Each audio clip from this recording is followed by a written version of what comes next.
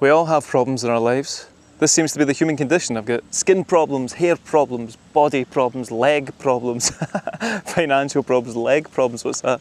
I got to cut my leg, that's why. Financial problems, relationship problems. It's like fucking whack-a-mole out there, right? You have one problem and you're like, right, I'm going to focus on my hair, which is balding. And then you fix that, and then your skin starts showing signs of aging. And then you're like, oh fuck, I need to fix that. This is the modern human condition. This non-stop problems in every direction in life. So let's solve all problems in the next 5 minutes. Now firstly, I just need to point out that every single problem you have in your life is related to you, whatever your name is. I'm going to use myself as the example, Jack, but every single problem that I have in my life is related to Jack. I can't name a single problem that isn't related to me. I'm worried about Jack's skin, Jack's bank account, Jack's relationship, Jack's body, whether Jack's strong enough, whether Jack's working hard enough, what other people think of Jack. Is Jack inherently lazy? Is Jack being present enough in his life? Is Jack speaking to his mum often enough? So what if I said to you that Jack is no longer a concern? Or Sarah, or Mahmoud, or Kate, or whatever your name is, or Rashmi. What if I said to you that for the next 5 minutes, there's going to be a caretaker taking care of you? You don't have to worry about any single thing in relation to this character you've come to know as you for the next 5 minutes. What would you do? What would you actually do if you didn't think about yourself for 5 minutes? If you didn't have to worry about yourself for 5 minutes? What would you do? So that's what we're going to do. We are going to do an exercise where you don't even need to pause the video, but you have to actually do this, where I'm going to put on some nice background music, and for 5 minutes I want you to sit in the chair, or lie down, or whatever you're doing when you're watching this, and I want you to put any thought about yourself to the side. And I want you to see what happens.